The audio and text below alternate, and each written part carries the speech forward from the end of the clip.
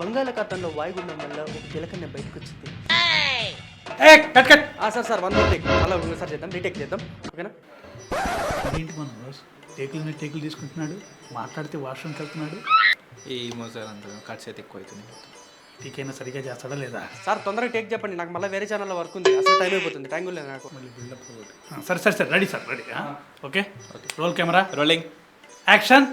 బంగాళాఖాతంలో వాయుగుండం పడి ఒక జలకన్య బయటకు వచ్చింది. ఆ జలకన్యను చూస్తే సార్ అర్జెంట్ సార్.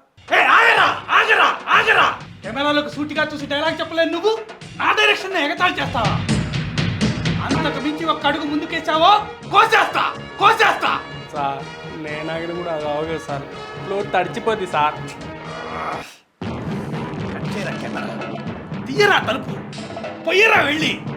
సార్ ఇప్పటికే లేట్ అవుతుంది. ఊరు ఒక్కసారి పోస్తే 100 లీటర్లు పోసినట్టే. ఇంకెప్పుడు బ్రేక్ తీసుకో, కట్ చేయి, పద.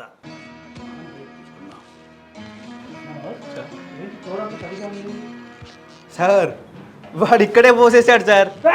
సార్ మీరు మాటి కుక్కలాడుతుంటే వాష్రూమ్ వెళ్ళలేపి వచ్చేసింది, ఏం చేయమంటారు? డైరెక్షన్ తక్కువ, అరుపులు ఎక్కువ.